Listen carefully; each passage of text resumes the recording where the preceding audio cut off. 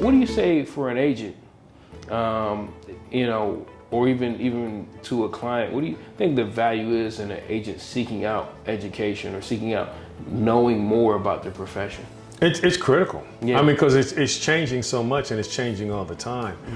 You've got to stay educated. You've got to stay on top of what's happening in the marketplace, and even you have to stay on top of technology. Because if you don't do that, you're gonna get lost. You're gonna get behind. And give you an example of what I'm talking about. As of April 1, Fannie Mae's changed the rules on appraisals with respect to above grade and below grade. So for example, if you have a split level, 5-level split, 3-level split, a bi-level, they're not counting, even if it's got a walkout basement, they're not going to be counting that square footage that is below grade. Really? Yeah, that's something that you really need to be on top of. Wow, that's huge. Yeah, that came out, that's going to be effective April 1, 2022. Man, so you got to stay on top of that. So when you're talking now to your buyers and sellers, you can say, hey, look, if you have one of those, we need to get it on the market right away, and we need to get it in contract and get the appraisal done before the 1st of April. Because after 1 April, it's game changer.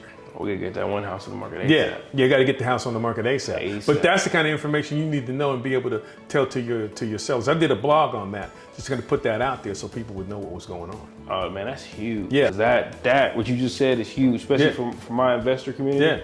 Yeah, that's going to change the game. Yeah. I mean, because then especially some flips I was doing, taking 2-bedroom, 1 baths and then finishing the basements.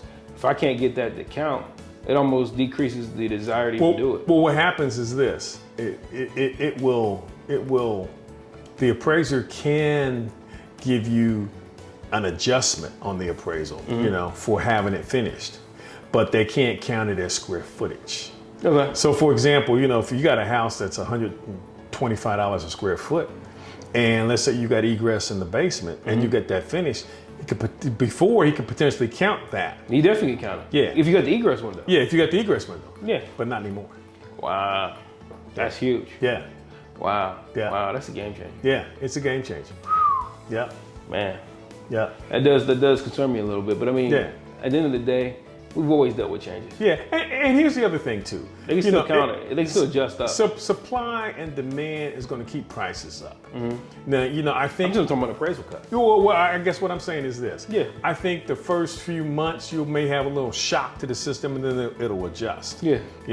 I think on the other side of the coin too, maybe you get a short appraisal. Maybe there's an appraisal gap. Yeah. Okay. And if there's an appraisal gap, that's going to be filled in. When the transaction closes, it's going to show that higher number. Yeah. And then all of a sudden you're going to have more comps